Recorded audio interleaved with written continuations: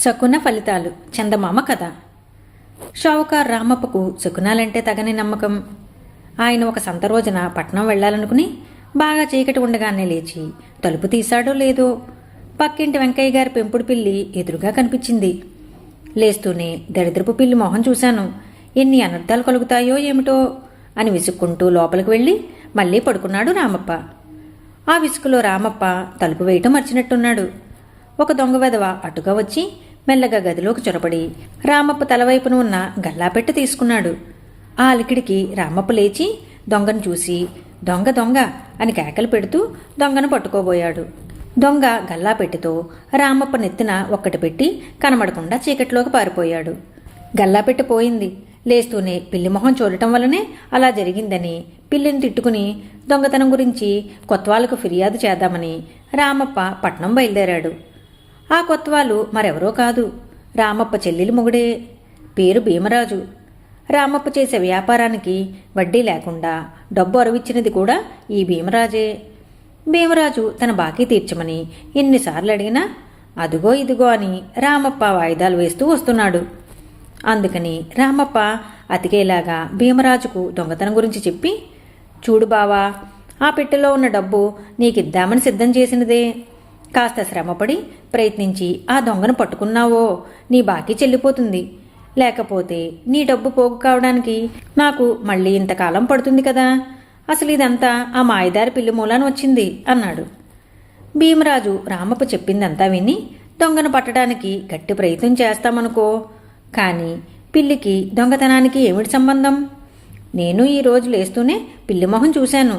నా ఇంట్లో దొంగతనం జరిగిందా? ముందు ఇంటికి వెళ్ళి భోజనం చేసిరా. నీ చెల్లెలు నిన్ను చూసి చాలా రోజులైందని తెగ అనుకుంటున్నది అని రామప్పను తన ఇంటికి పంపించాడు. రామప్ప భోజనం చేసి చెల్లెలితో కబుర్లు చెప్పి కచేరీకి తిరిగి వచ్చేలోగా రక్షకభటులు సంతలో పట్టుబడిన ఒక దొంగను తీసుకువచ్చారు. సంతలో ఎవరి జేబో కొట్టేయడానికి వాడు ప్రయత్నం చేస్తూ పట్టుబడ్డాడట. భీమరాజు వాణ్ణి ప్రశ్నిస్తుండగా రామప్ప వచ్చాడు. వస్తూనే అతను దొంగను చూసి, వాడే వాడే బావా, రాత్రి మన ఇంట్లో దొంగతనం చేసి నన్ను కొట్టి పారిపోయింది. నిజంగా నువ్వు ఎంత తెలివైనవాడివి బావా. దొంగతనం గురించి చెప్పి 2 గంటలు దాటకుండానే దొంగను పట్టేశావు అని ఉత్సాహంతో అరిచాడు.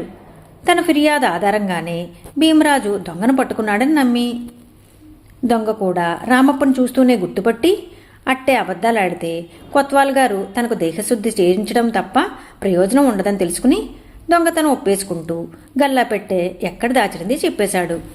తరువాత వాడు ఇంకా ఇలా అన్నాడు, నా జన్మలో ఇప్పటి వరకు దొంగతనం చేసి దొరికిపోలేదు. ఈరోజు లేస్తూనే పిల్లి మొహం చూశాను. పిల్లి మొహం చూశావు, ఇవాళ దొంగతనానికి పోవద్దు అని మా ఆవిడ చెప్తున్నా వినకుండా దొంగతనాలు చేసి దొరికిపోయాను.